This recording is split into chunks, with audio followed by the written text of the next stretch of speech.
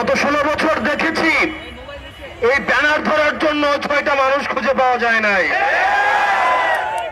আজকে আপনাদের ব্যানারের পিছনে শত শত মানুষ এসে দাঁড়ায়।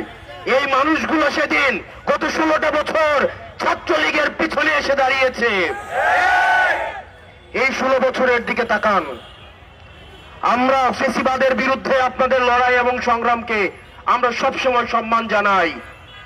একই সাথে আপনাদেরকে মনে করিয়ে দিতে চাই, এই বাংলাদেশে আবার যারা ছাত্রলীগ হয়ে উঠতে চাইবে, যারা শিক্ষার্থীদের বিপক্ষে অবস্থান নিবে, তাদের পরিণতি ঠিক ছাত্রলীগের মতোই হবে। সুতরাং আপনারা শিক্ষার্থীদের বিরুদ্ধে অবস্থান নিয়েন না। গত 16 বছরের আপনাদের নির্যাতন নিপীড়নের কথা ভুলে যাবেন না। আপনারা যদি মনে করে থাকেন এই চাপাতির রাজনীতি, এই হকিস্টিকের রাজনীতি, এই ছাত্রলীগের রাজনীতি আবার আপনারা ক্যাম্পাসে আবার আপনারা রিস্টোর করবেন, তাহলে ছাত্রলীগ গেছে যে পথে আপনারাও যাবেন সে পথে।